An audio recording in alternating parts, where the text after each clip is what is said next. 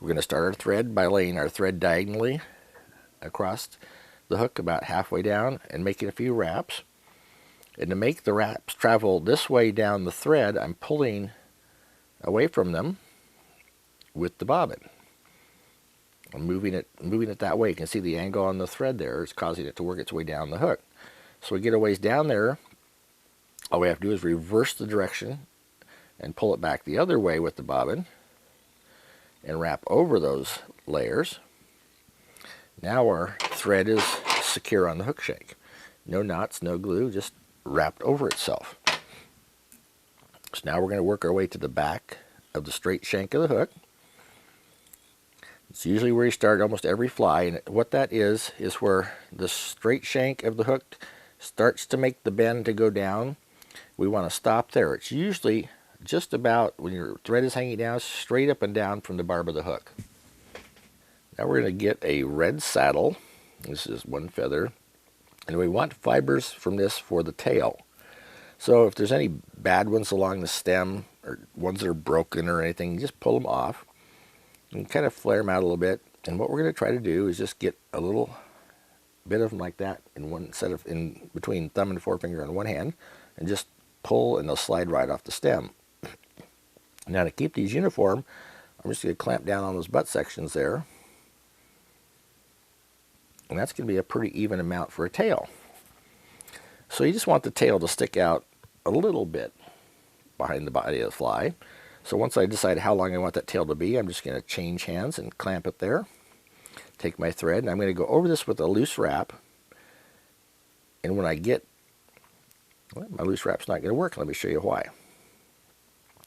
The thread will sometimes twist. So when you go to make a wrap, it'll go one way or the other. If it gives you problems and doesn't want to go back the direction you want it to go, you spin it counterclockwise. Counterclockwise to get it to go back. Clockwise to get it to go forward, just like the clock. Now, when I go up, see how the material is going toward the back of the hook? So when I put that in there, it'll go toward the back of the hook, cinch that down, and I pull straight down on it. And if I hold up and make a couple more wraps, like that, it should sit right down the back of the hook, nice and straight. It should be parallel with the shank, going straight out the back of the shank. And that's by holding it up and allowing the thread to pull down on it when you wrap it on. It keeps it in that one spot. So we'll wrap over the stems there. And go back to the back of the hook.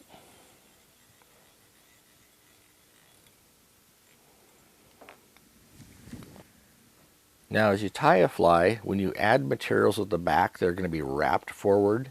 You want to put the thing in first that's going to be wrapped the last. So let me show you what that means. We've got a little hen saddle here we're going to use for our hackle. So I'm just going to pull out one feather. Okay. Take that feather and I'm going to hold it by the tip and I'm going to flare out the rest of the feather like that. And then that tip that is right there, I'm just going to go ahead and wrap over it. Loose wraps. And I'm going to wrap it right back to the back. Back again to that's where the straight end of the hook shank ended, where everything else is, because you want everything to be matching. You don't want anything to show more than another at the back of the fly. Then I'm going to wrap to the front. So that's our hackle, but we still need a body. Woolly worms traditionally are black, green, brown, different shades of tans. So what I'm doing here today is we'll just do a brown one. And this is cotton chenille.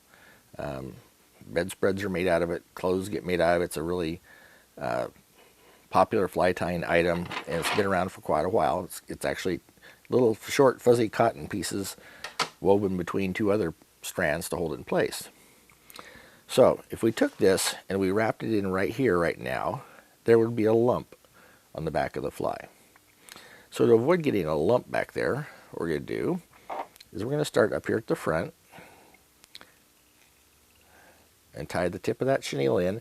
Then I'm going to hold it up away from the hook shank, and as I wrap over it, I'm going to let the thread pull it down again, just like we did the tail, this keeps it all right down the back of the hook shank, nice and even. So once we're back to the spot where everything was tied in, our tail, our hackle, and the chenille is going to be tied in there to that end now. We'll just go back up to the front. A little bit of thread on the eye, around behind the eye of the hook. I'm just going to set my thread off to the side. Now, our chenille, all we're going to do is go underneath, and from our side, you go across the top, going away from you.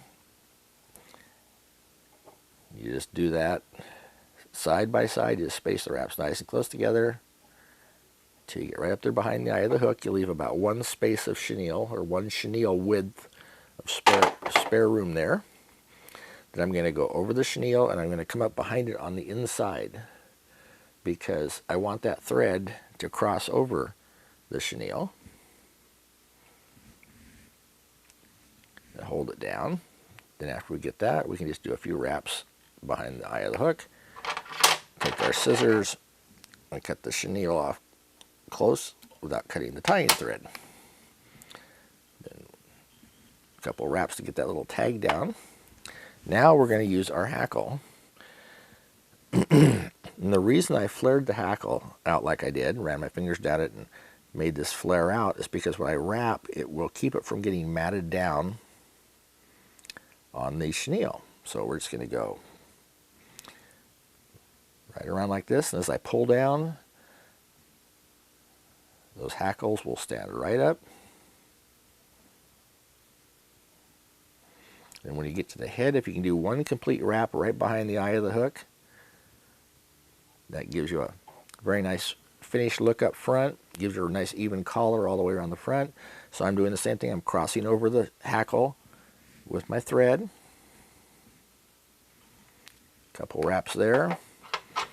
And when you go to cut anything like this, if you can't see exactly where it is, when you open your scissors, if you put one end of your scissor on the fiber, on the hackle stem, and you just work it in there until you get close and cut. It's actually, you don't see what you're cutting, but you know that if the top part of the scissor is on the thread or on the hackle stem, the bottom part's going to be underneath it. So once you get in as close as you can get, then you can cut it without even seeing where you're working there. So now we're going to pull these back, form a nice little head on the fly. I'm going to pull some thread out, and I tie half hitches. I don't tie whip finishes. So one thread, one thumb underneath the thread, two more on top of it, and all you do is roll it over to make a loop. So there's a loop right there that's crossed over. Roll it over to make a loop. Put that loop right up there and just let it pull tight. As long as you've got your finger over the end there, it can't get away from you, and untie. There's 3 half hitches. My flies never come apart. You do 3 nice half hitches and a little bit of cement. And you want to cover the thread all around.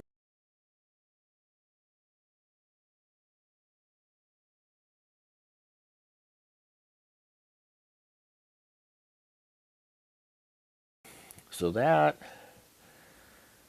is a really nice little woolly worm, and that is a fish catching machine.